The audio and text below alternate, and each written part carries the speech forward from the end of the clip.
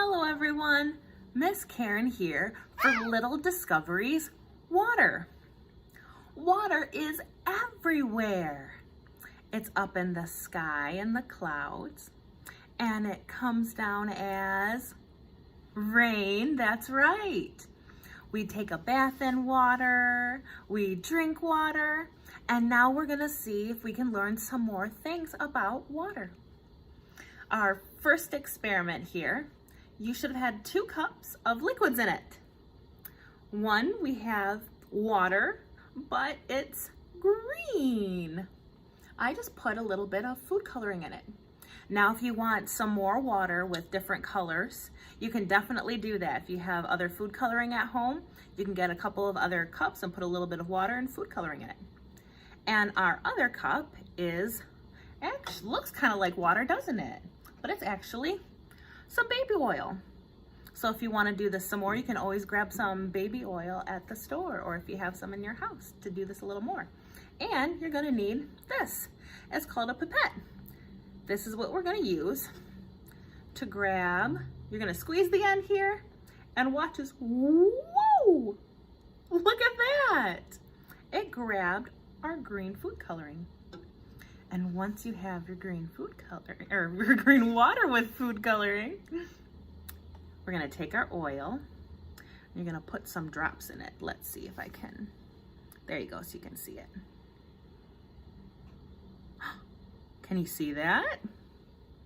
Here we go, and whoa!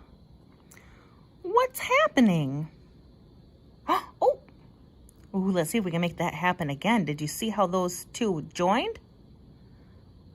Oh, did you see that? Whoa, watch, watch, watch, whoa. Put some over here. Let's see if we can make this one even bigger.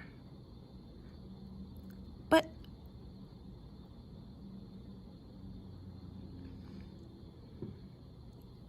whoa, so the water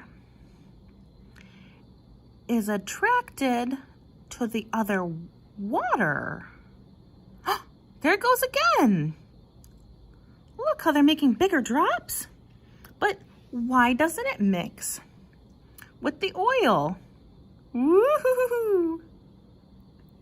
This is a lot of fun. I've picked out a book for us that might help us understand a little bit about what's going on in our experiment. This is Baby Loves Quark by Ruth Spiro. You see, everything is made out of these atoms. And you add atoms together and they create molecules. This is actually water. It's what a molecule of water might look like. You see, water molecules and oil molecules, they just don't like each other. They're not good friends because of what they are made of. Now, I'm noticing something else about our water and oil. Can you see something? It looks like all the water went to the bottom. Let's see what happens when oh man, it doesn't want to float. This gives me an idea for our next project. For our next experiment, you're going to need something filled with water, something kind of large, maybe a large bowl like this will work. And in your bag, there's a bunch of really random objects. And on the other side of this, you have a chart. Will it sink or float? Now under object, you'll put the other things found in your bag and maybe some extra ones. And you're gonna guess whether it will sink or float. Let's do a couple together. Some stuff that's not found in your bag. Okay, so I grabbed a crayon and a lost marker cap without its marker. Let's start off with the crayon.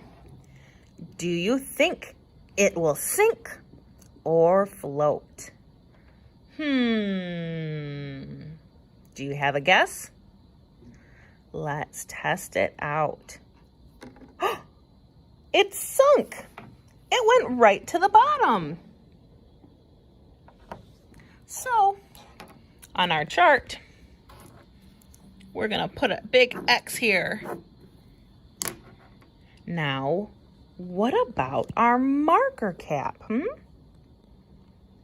Will it sink or will it float? Let's give it a try.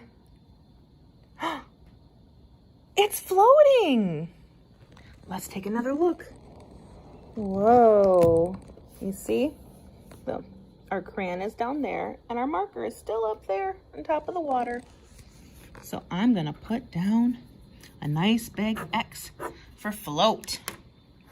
Now, try the other stuff in the bag and find some other water-safe stuff around the house. But why does it sink or float? What makes an object sink or float? It depends on the density. So these boxes are our objects, and the red dots are the molecules of the object. The more they are, and the more tightly compact they are, the higher the density. If an object has fewer and far between molecules than water, it will float. If it has more tightly compact molecules than water does, it's going to sink. How cool is that? I have one more experiment for us. This is using stuff that you probably already have around the house to explain how rain works. Fill a glass cup or jar with water. This will represent air. Then put a layer of shaving cream on top. This is our cloud. Now, our food coloring is going to represent drops of water that fill up clouds. What happens when the cloud gets really full? It rains.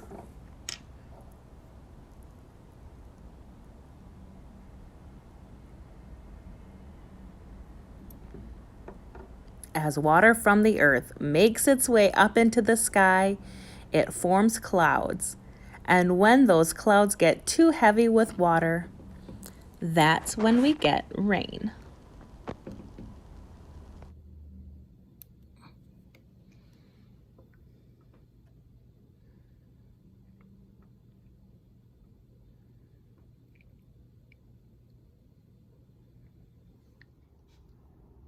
Thank you for joining me in some experiments with water. If you'd like to learn a little more about water, consider checking out this book. It's from the Baby Explorer series, Water by Carol Lawrence. Now next month, we will be doing experiments and activities with Earth, just in time for Earth Day. See you later.